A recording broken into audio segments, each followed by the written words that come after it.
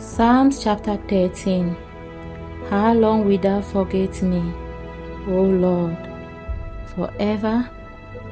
How long wilt thou hide thy face from me? How long shall I take counsel in my soul, having sorrow in my heart daily? How long shall my enemies be exalted over me? Consider and hear me, O Lord my God. Lighten my eyes, lest I sleep the sleep of death, lest my enemies say, I have prevailed against him, and those that trouble me rejoice when I am moved. But I have trusted in their mercy. My heart shall rejoice in their salvation.